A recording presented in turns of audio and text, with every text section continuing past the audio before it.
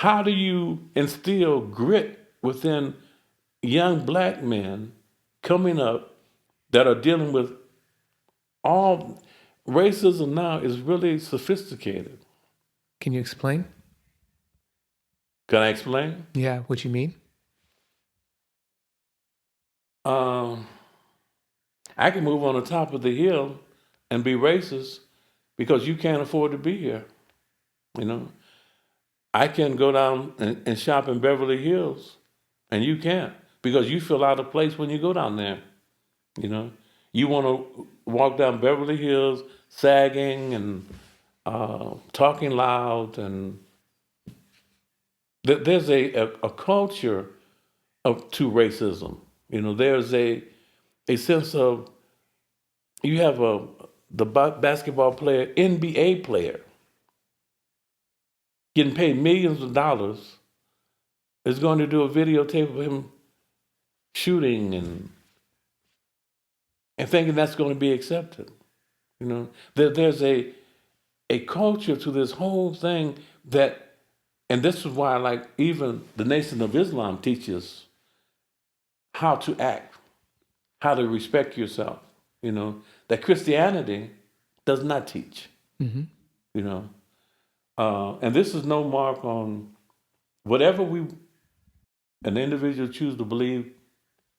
I'm not opposed to that, but I'm just saying you put it all to the acid test. Where as a people are we in the next 20 years, next 30 years? And how many of us are living and thinking that way, especially someone who is 21, thinking that they old at 21, especially a gang member. Wow, I've really lived a long life at 21. That same 21-year-old is doing 35 of life in prison. That's going to be an old man by the time he leaves, Mm-hmm. and not being able to contribute to society. Yeah. When you mentioned the sophistication examples, it made me think of, isn't that why the suburbs were created? For separation? The suburbs were created for separation, right? Mm-hmm. Absolutely. That separation of both finance, both culture, both etiquettes. See, we, especially black men, have this sense of what it is to be a man that is really twisted.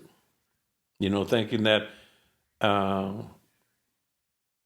being a silverback gorilla beating on your chest, and you know, and I mean, it's a, bruh, it takes work, man, and Doctor and I would talk about even through the school process about that rite of passage, that knowing yourself, and that's why we go back to ancient black history about knowing who you are, where you came from, what you went through was a part of that process, but it doesn't define you. You define you by what you know here and have in your heart.